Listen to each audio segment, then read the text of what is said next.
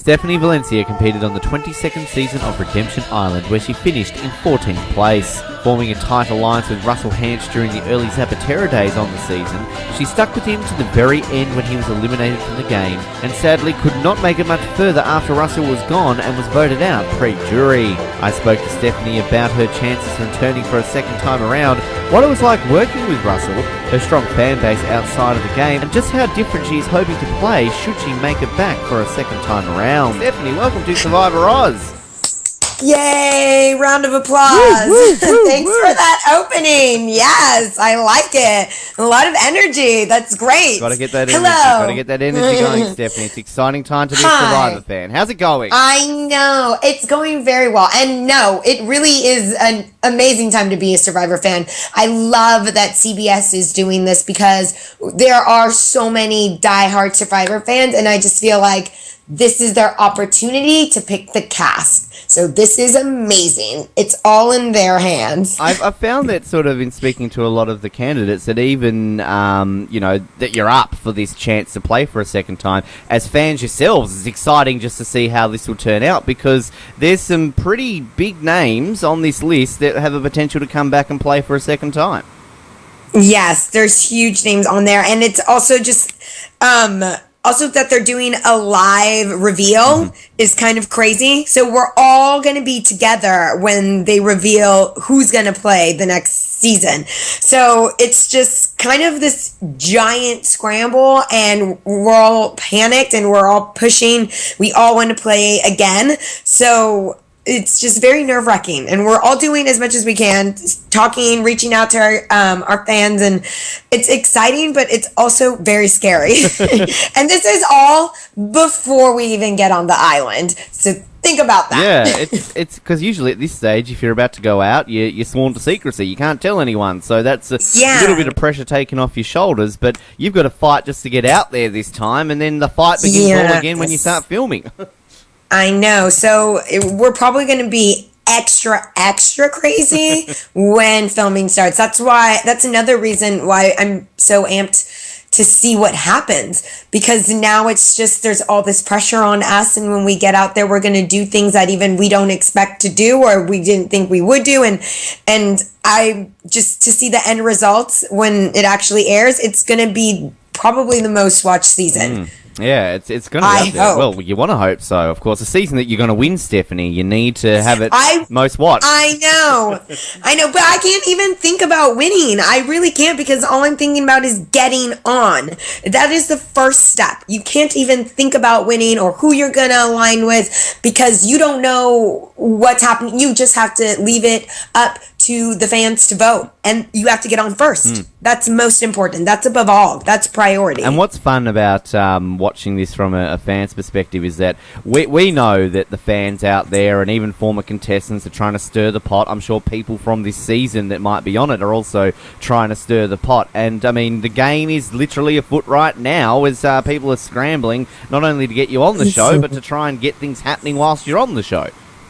You know what? There hasn't been too much crazy interaction. I know when I interact on Twitter with someone, a potential cast, I'm just okay, I'll retweet their tweet or I'll star it. It isn't hey, I love you, you're my favorite. You just can't show too much, because also you don't want someone to be oh, that contestant favors that girl. If they're together, they might plan something, so now I'm not going to vote for them. And I don't know, it's crazy. All I try to do is have fun with the tweets, be very productive with responding to the viewers and the fans, and making sure they're asking me questions, and I'm able to interact with them so they get to know me and they could put me out there. Well, it's interesting kind of watching everybody campaign. I mean, I swear every time I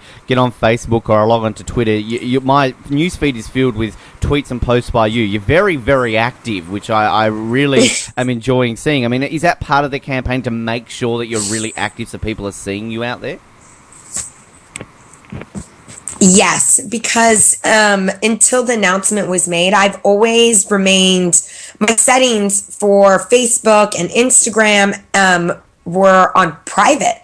So it was just, very small following of just like friends and people I interact with on a daily basis. And so when they made the announcement, I, changed my settings so that it wouldn't be private anymore.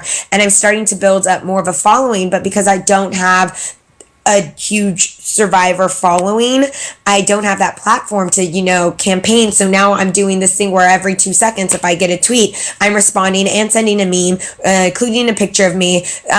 This way, I can get more followers. I'll have more, I'll be popping up on people's news feeds more, and they're like, oh, that's right, Stephanie. I'm going to follow her, get to know her, then I'm going to vote for her. So that's my campaign strategy, is really just reaching out to anyone. What I think's interesting is that we all know Redemption Island isn't particularly the most loved season, Stephanie. Let's just put it nicely. I know. So it's great to be able to see, your originals from Redemption Island get this opportunity. I mean, we saw a couple of Redemption Island players return for Caramoan, of course, but I know that from what I've read, you've gotten close to returning previously. So, I mean, this, I guess, is really that opportunity for the fans to show how much underrated and under-edited a lot of the contestants were from your season that were so heavily dominated by a certain two people beginning with R. I know. The backlash of being a part of Redemption Island. I mean, I love it because it was the first time that in Survivor history, when you get voted off, that doesn't happen. You have a second chance. So really, this is almost like my third chance. But we're going to forget about that. And I do feel honored to be, it's me and Natalie T who got picked from that season. And I'm the only one from Zapatera who got picked to be a contestant. And I think that's awesome. I feel so honored, and I'm just like, yes, I do deserve this, because even though I was, set up with one of the most known players of Survivor, very infamous player, I was still able to kind of, take lead, and producers know that, and they noticed that, and they said, no, this girl can play. We're going to put her on again because she's not afraid, or we're going to, make her a nominee. We're going to nominate her and see if they vote for her. Yeah, and it's good you point out about being the only ones from Zapatera. I mean, not just from this season, basically in the history of your season. Zapatera hasn't had much love in terms of the returnees. So for the fans of Purple, perhaps, Stephanie, that's where they need to really put the power behind this.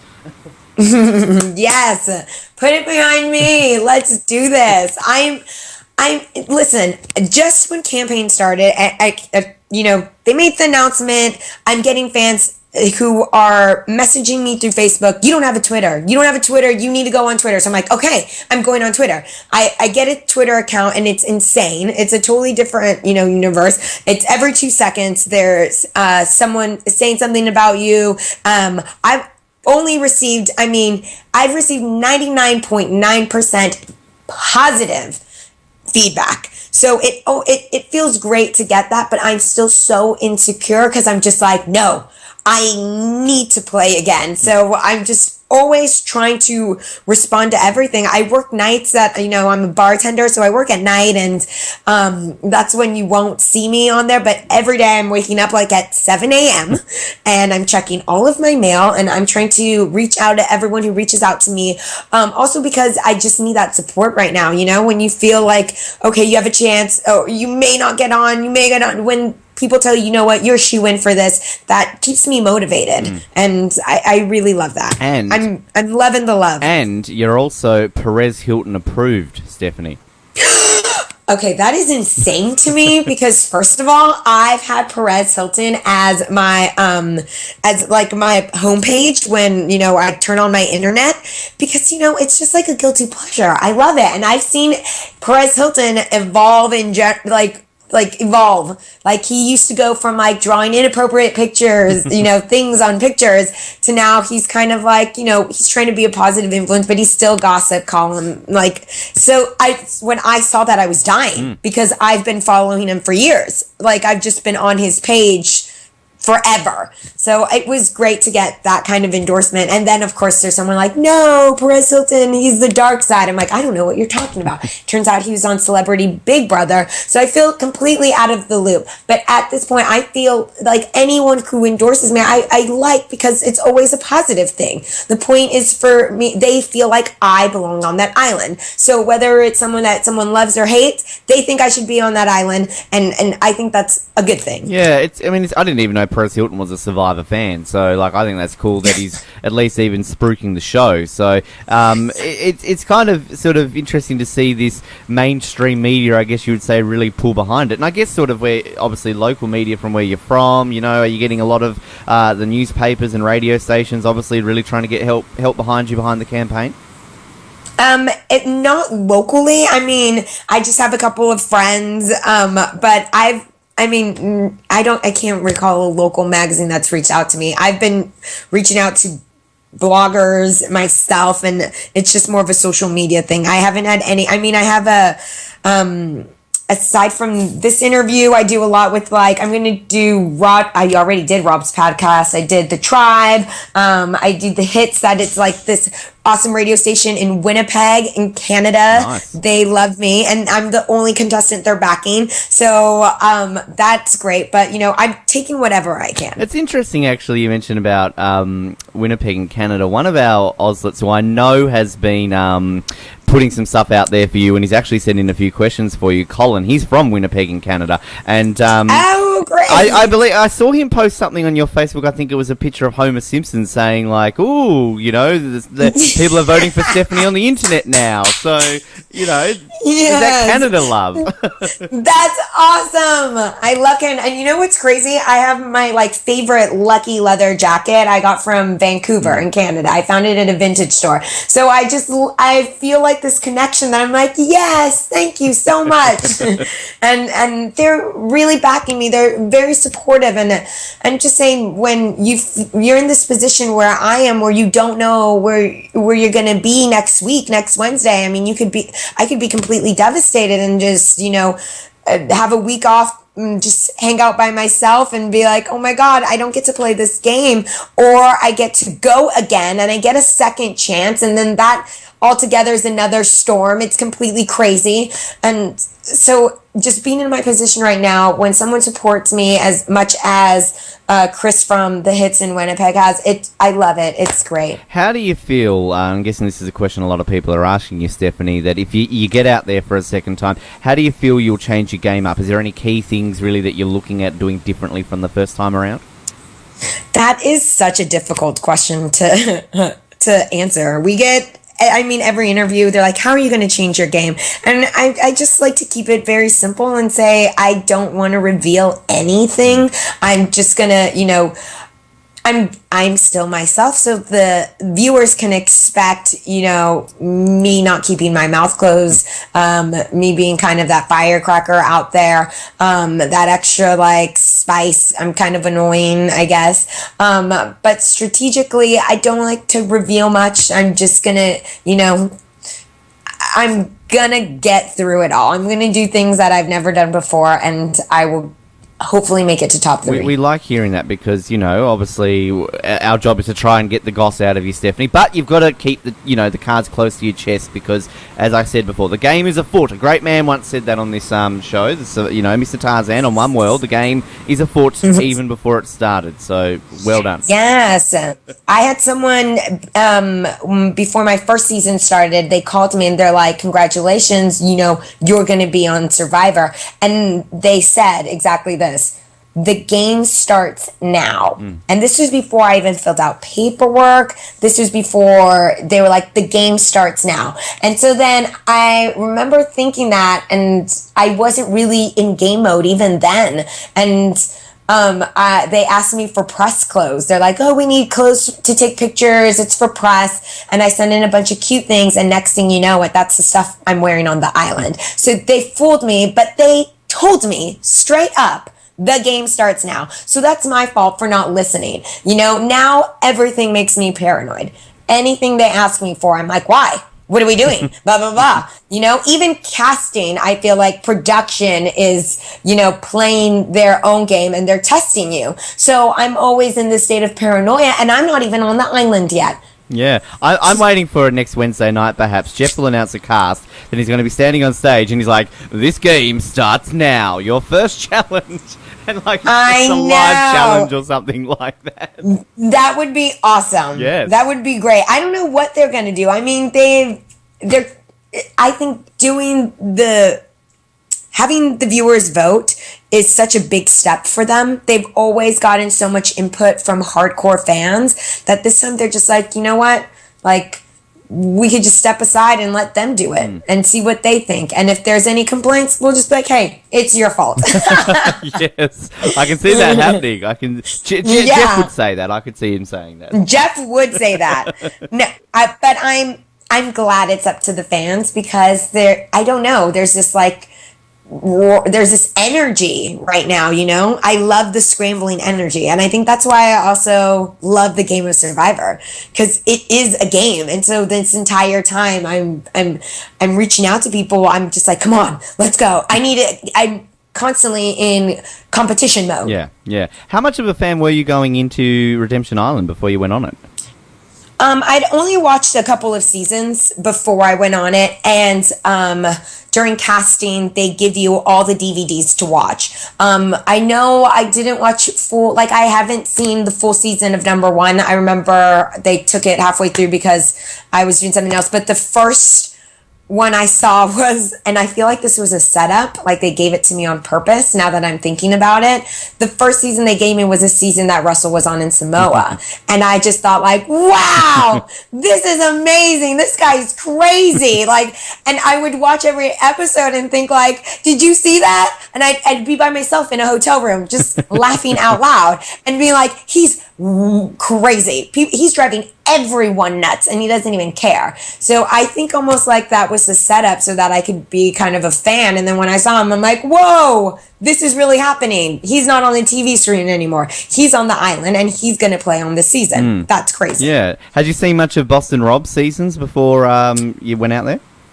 No, but I knew about Rob and Amber because it was such a big deal for television, because it was like the first reality show like on basic cable that, you know, a sex scene happened or like something's going on. And it was like the first, you know, hook up on Survivor. So I remember that being big on news. It must have been an interesting perspective because, I mean, we saw how, of course, Ometepe reacted with Boston Rob and we all know how the season played out. So I guess it would have been completely different than had you had Rob on your tribe, perhaps how you would have reacted around him. Would have you wanted to work with Rob? Would you wanted to maybe target him? How would have that worked out differently? The thing is, I would have worked with Rob, but I don't know if he would have want to worked with me because, I mean, when he walked into Ometepe, you know, he just like walked in with arms open. And right off the bat, I would have tried to felt him out a little bit before I'm like, hey, love you. And he would have sensed that, and being like that he's played the game so much, he would have been like, nope, if this girl doesn't instantly love me, she needs to go. Yeah. That's how I feel like it would have gone. I don't know, but that's crazy to think, you know, like the season would have been completely different. It would have been crazy. I really think Russell, though, would have been out early still. Yeah, well, I mean, it's kind of like the question we always put to the Ometepe people on the show. It's like, you know, had Russell been on, would he gotten the same love as Rob did? And generally they say no. I mean, yes. Was there sort of, on the Zapatera side of things, was there more, I guess, respect or sort of chances given to Russell than we ultimately saw, or were people that against him from the get-go? They were that against him, but honestly, they didn't want anything to do with him because he had changed. He said that he was going to change the way he played, and he really didn't. He's a very stubborn man, so he thought, you know, like, I'm just going to come in here and do it again, and, you know, they threw the challenge. They threw a challenge to get rid of him. I still don't back that, but it's just like, that's how bad it was. That they thought, you know what, we're going to skip this immunity and get rid of him now. but ultimately that's what led them to them losing, that led them to their demise. Yep. They just set their own camp on fire because you shouldn't be thinking that way until you're secure in the numbers. And we were secure in the numbers. We had 2 more tribe mates than Ometepe did, and they were like, "Oh, we're just gonna do it now." It was so short-sighted of them. I think that was one of the worst moves. I think in the history of Survivor, there's only been about 2 occasions where a tribe that has thrown a challenge has had the winner come from it. So it's generally a pretty bad move if you want to win the game. So I'm thinking that if you're out there in a couple of weeks, you're on a tribe, and somebody utters the words, "Let's throw a challenge," you're going to be like, hell no, I'm not doing that again. No, I'm going to be like, no, but if we lose, I know whose name I'm writing down. Thanks for making the vote easy, man. That's exactly what's going to happen. Like, whoa, okay, now we don't have to scramble before we go to tribal council. Cool. If we lose, this is great. Yes. We saw, obviously, out there, too, you work closely with Krista as well. I mean, were you always allied with Krista, or was that sort of more association through Russell, if you know what I mean?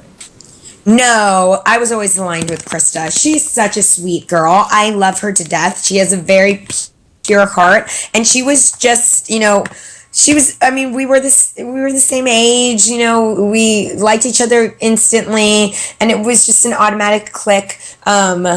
So Krista was great, and she and I were together since day one. I think she and I were stronger than Russell with anyone. Russell was kind of by himself, and then, Russell attached himself to us too, and we're like, well, yeah, Russell's fun. Let's see how far we can get. And then our tribe was like, no, we can't stand him. That we want to lose this entire game. So we're going to throw a challenge.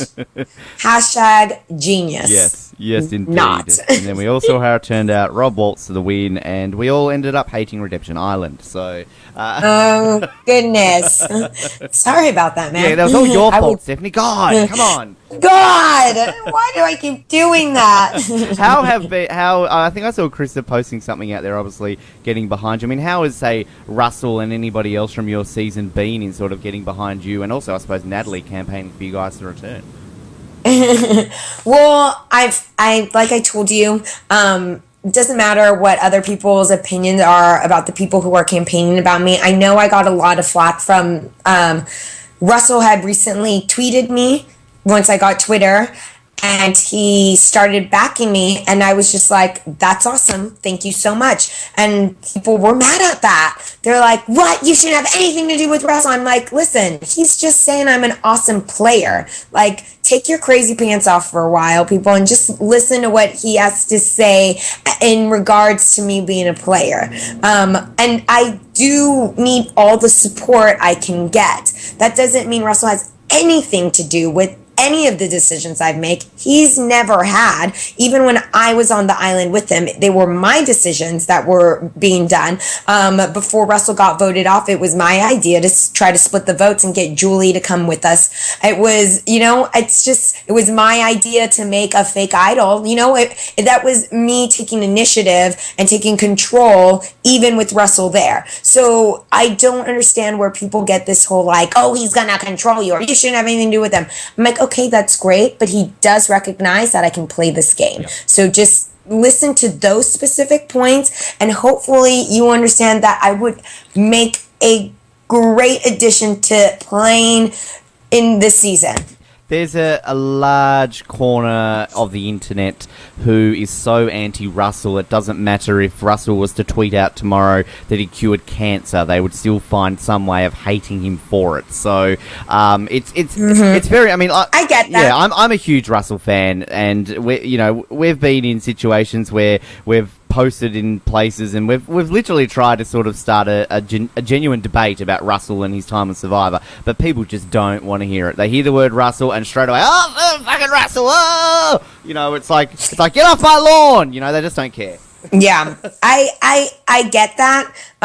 But being in the position I am, I had to look at both sides here. He also has a large following on Twitter, and if he wanted to say, hey, Stephanie, I support you and I think you're going to do great and I hope you kick ass, then I'm going to say, yeah, I'm going to retweet that. And thank you so much for those 2 cents. I'm going to go back to campaigning, living my survivor life right now, this paranoia of trying to get on the island. That's as much as I'm going to take from it. And I know that's the vibe that he gives out to other people. And I just hope people can understand and separate the two of us, because I do make my own decisions, and I have never ever let anyone, let alone, Russell, make those decisions for me. And he has no influence other than that. So that is that. And I appreciate the support I get from any past contestants. We're seeing, of course, each day people can go online to CBS and vote, and you got to sign up to the website in order to make a vote.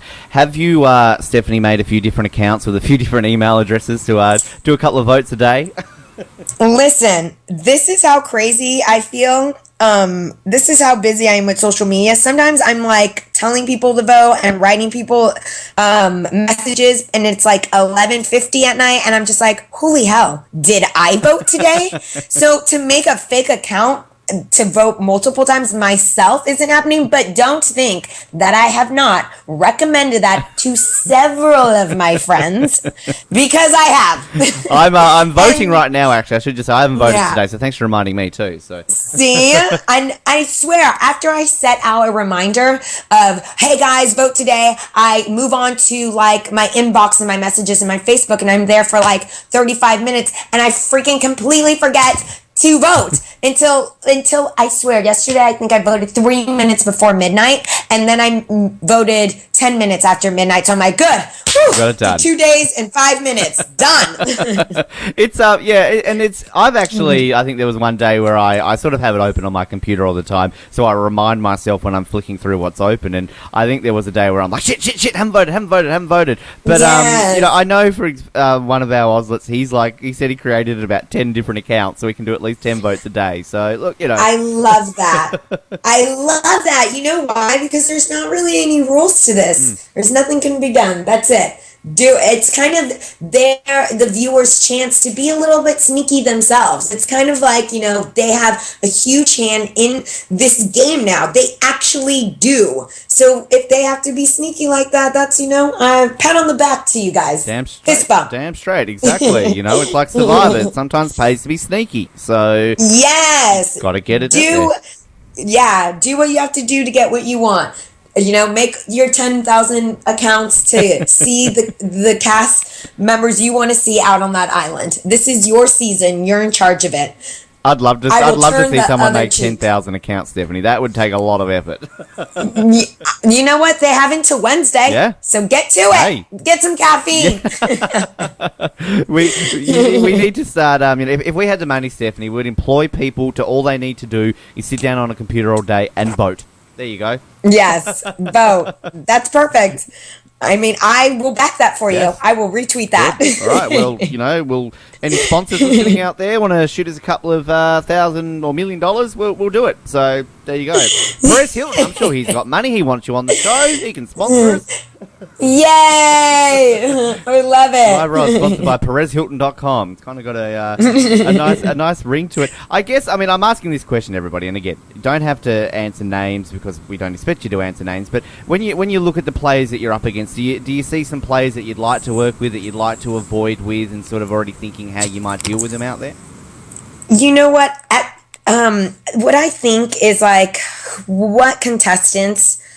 I'm trying to get in the mentality of viewers and voters, and I feel like maybe they want a diverse cast. So what really worries me is that they're like, oh, these two girls are very similar, so I'm just going to vote for one of them.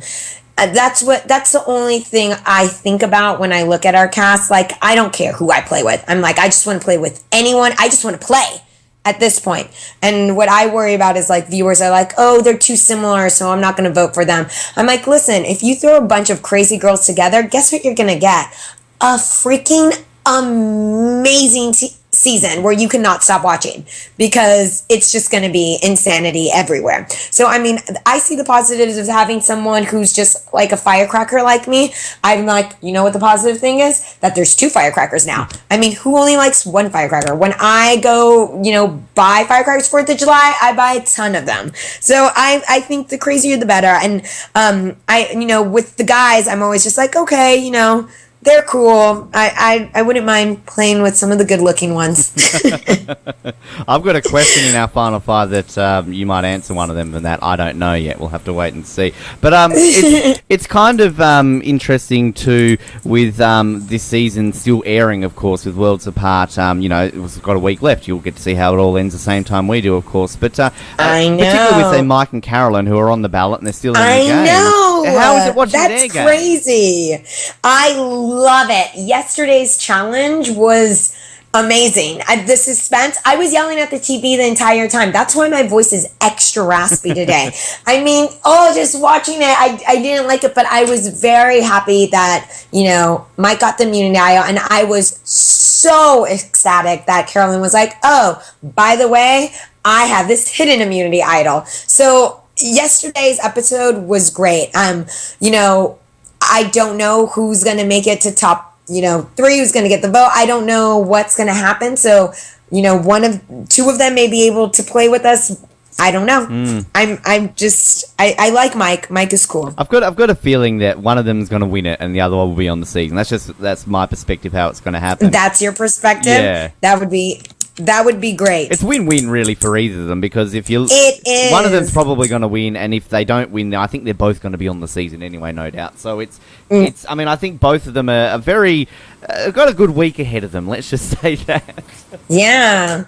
And I mean, they've made it so far already that it's either good for them because, people like them and they're getting their vote, or it's either bad for them because, they have a giant target on them when they get back on the island. Do you know what I'm saying? Yeah, so yeah. It's both ways. And it's fascinating too because with back-to-back seasons, I mean, we saw like with Russell when he played his second time on Heroes vs Villains, no one knew who he was. At least on your season, you knew who he was because you'd had the opportunity to see him. Whereas like with Mike or Carolyn or Shireen Max or Joe, if any of them get on, you've all seen their season, which is sort of, for a back-to-back season, it's a rarity because generally you don't get that opportunity to see how they play. So I mean, second chances. We've seen everyone. We know how everyone plays. Yeah. So it's only fair that we know how they play as well. It's only fair that they have that we've had that time to watch their season 2 because they've watched us in action. So that's another thing that makes this season very interesting. Everyone has watched each other's season. Nothing is a surprise to us. We all know how one plays. So we want to see, are you going to keep going that route or are you going to change up and be different? It's going to be interesting for everyone to see. It's going to be great, hopefully, for me to find out in person. And it's also going to be great for us podcasters while you guys are out there filming. We've got plenty of filler episodes we can create because we know you're out there, so we don't have to speculate. We can be like, I wonder who Stephanie's aligning with and voting out today on day 21. Makes it fun for us. Thank you, Survivor. Now, we've got some listener questions in our final 5, which I'll get to. But just before I do, I'm giving everybody the opportunity here, Stephanie, to get up on their soapbox, spruik out to the listeners in the audience why they should vote for you. So I'm going to give you the floor here. Tell the listeners why they need to vote for you for Survivor Second Chance. Hello, my Survivor fans. I am dying to play this game again, and you want to get me out there because I am a competitive little woman. I am strong, I'm smart, I'm willing to do whatever it takes to get to the top 3. Yes, I feel like my season I was overshined by Boston Rob and Russell Hantz, but don't be fooled. I made every single decision that Russell and Krasta and my alliance have made. That was me taking the lead. Don't let this season be boring. Get on your phone, get on your computer, go vote Valencia, because the storm is a-coming. Oh, listen to that. Wow. Power to the people. Yeah. I get so, pumped up when I hear it. It's great. Yeah, get me out there. Yeah. I'm dying to be starving and going out and, hopefully it rains. Hopefully it pours. I'm ready. Let's eat some bugs, man. Let's go. Do it. You can eat a scorpion on day one. You can eat ants eat off a tree. Eat a squirrel. Eat a snake. I don't know. Eat anything. Why not? I've never seen someone eat a squirrel before, so yeah, do it. I'd watch that. Now, we've got some listener questions. Thanks for people who sent these in.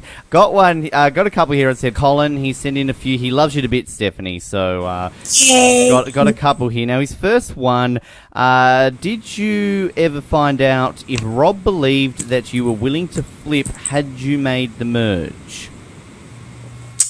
I mean, I didn't specifically. When I met Rob for the first time, it was very quick. It was just like congratulations, and he was off to hang out with his family, so I didn't really get to talk to him about it, but I know he would have been open to it no matter what, because the way he played the game, it's like he counted on Natalie, but if anything would have happened like during the merge and he wanted to get rid of Andrea or Matt, maybe perhaps he would have gone with me. I don't know. These are all questions that are great, but they're in this world of what if this happens, and it's great to imagine it, but Natalie stood solid by him. Like, she was not going to leave his side. So that would have been a very tough alliance to break. Colin also adds, I want to say, this is just a statement he puts at the end, I have a public plea for anybody listening. Vote for Stephanie Valencia, or the wrath of Canada will be rained down upon you all, followed by whatever wrath or storm Stephanie has a-coming. I love you. That's awesome. See, when I hear things like that, I'm like, this is awesome. This is why viewers voting has been one of the greatest experience. Just hearing things like that, it makes me feel so great and good about myself, and think you for being positive. Yes, storm is a coming. That's right. And I think Canada's a calling you back too, Stephanie. I think after this is all over, you need to go to Canada. You love a prime Canada. Minister.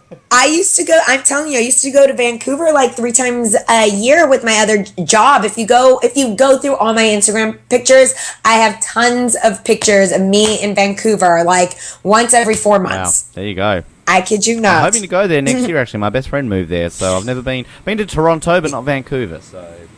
I've been to Vancouver. You're going to love it. It's gorgeous. Got a head dig. Now, I've got a question. I know you're not going to answer this, but I just want to get... Irish Survivor fan is their name. They've asked a question. Do you intend on attaching yourself to an alpha male if cast for next season? I don't even expect you to answer that, so we'll move on from that one.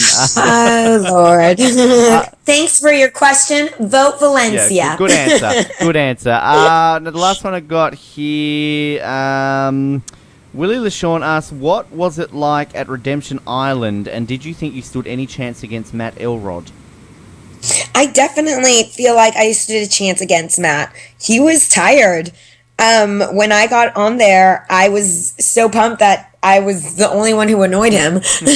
And he was, hanging on by a thread. When I saw that we had, the challenge was memory cards, I was just kind of pissed, because if it was something physical, I would have had him. Like, even if it had anything to do with like moving big rocks, I feel like I would have had him. But mentally, I was broke down too, and I lost 18 pounds, and I weigh 98 pounds. Wow. So for me to lose 18 pounds, that is just nothing. You're just so fatigued and dehydrated and malnutrition, and my memory wasn't there. It wasn't strong enough. And I always, when I watched that, it was so close between him and I, because we had both, on our first try of flipping cards, we had both made matches on the first time. Like, what are the chances of that happening? So there was like something magical in the air, and then I really did have a chance of beating Matt, who was king of his own little Redemption Island, and when it didn't happen, it was very tragic. But Matt was great, sweetheart. It's kind of sad seeing someone when they're at that point. He was just like, he was hanging on by a thread. It was it was crazy to see that. I believe Matt's always been asked back to return, but he's just not interested, I think, to play a second time from what I've read, so... Oh my gosh, I just don't know if I would be either if I went through what he went through. He had a lot of alone time, and that's completely different from what he expected, and that's okay. I mean, I don't hold it against him if he doesn't want to play, you know? What if he wants to try something else? And, Survivor it takes a huge time out of your life. It's forever with you. So if you're not crazy enough to want to come back, I think that's okay. Yeah. I think it's okay. Definitely. Thanks everyone who sent the listener questions in. Now, Stephanie, we wrap up every interview when we get contestants on for the first time. A set of questions, they're all opinion based, and as I said to you off air, if you answer these correctly, you will be on the next season. So no pressure. Okay. All right, question number 1. What are 3 things you learned about Jeff Probst during your time on Survivor? Jeff talks a lot, and he is an Eminem fan. Really? He loves the song "Lose Yourself." Did he rap? And Does he rap out there? Oh, he made us all rap out there. He really wanted us to be in the moment. He said, don't take this opportunity for granted. And so he played that song on, he had like a CD player. And this was before we could all talk to each other. This is before we took a cast picture. This is before we got on the helicopter. And, he wanted us to be pumped. I had already picked my song for the season. It was Survivor by Destiny's Child because it played before I got on to casting. So I wasn't so into his song, but I knew what he wanted. I knew what he was trying to get us to do was appreciate that this isn't going to happen again. This moment here, not everyone gets. So I found out that Jeff was an Eminem fan. And I found out that Jeff is fucking awesome at his job. He was meant for that job. I love That's hearing his position. new ones. I've never heard the Eminem angle before, Stephanie. I love it. I think Kim Spradlin, when she was on one of the times, said that she caught him singing opera or something like that when they were somewhere. So obviously Jeff's got a wide variety of musical taste, from Eminem to opera. Good. Yeah. Wow. I'm thinking every time I see Jeff now, I'm thinking Slim Shady. Good job. Question number 2. What has been your favourite and least favourite season of Survivor? Favorite, my season. Least favorite, my season. There you go. Good answer. All in one. I like it. And that's the truth. Yeah, I alluded to this question before, but question number 3. Who to you is the sexiest ever contestant? Oh, wow. I'm a fan of any of the contestants who have been on Playboy. I am a fan of any contestant who was willing to take off their clothes for peanut butter and Oreos. So, Amber, Jerry, they're all crazy sexy to me. And I almost think every woman who's on Survivor is sexy because there's something about them that got them casted that is just powerful, and I like that in women. What would it take you out there if Jeff brought out food? What would you say? Oh, I'll take my clothes off for a hamburger or something like that. Smoked ribs with spicy barbecue sauce, an extra spicy barbecue sauce on the side, and it needs to be a full rack baby back, and it has to be racked. It has to be smoked. It can't be boiled. Yum. Smoked. All right, there you go. And I will drop trout. Jeff, if you're listening, there you go. That's how you get Stephanie naked on season 31. Simple. Please, I can't wait. I hope to get some social media response or pictures of ribs. Please, yes. On my Twitter. Tweet Stephanie ribs. Yes. Doesn't mean she's going to tweet you back a nude photo, but just tweet her ribs. Yes, ribs, please. Question number 4. You can answer yourself for this one if you want to. Who to you is the greatest player never to have won? I'm going to say 2. Rob from Rob Has a Podcast, only because Jeff says that, and me. And you. You're allowed to. Yes, yep. And me. I like people taking taking that route. It shows confidence. Yeah, and if I wasn't allowed to, I'd probably still say it. Yeah, there's no rules on this show, Stephanie. Come on, Yes. How am I going to enforce it? It's my style, man. That's my style. Yes. Question number 5. Who's your least favorite winner? My least favorite winner, and it's also my favorite winner, and it's also my season, is Rob. he's my least favorite because I feel like also he was kind of, not that it was given to him, but I mean, that tribe kind of did give him the win. Like, it couldn't have gone any more smoothly.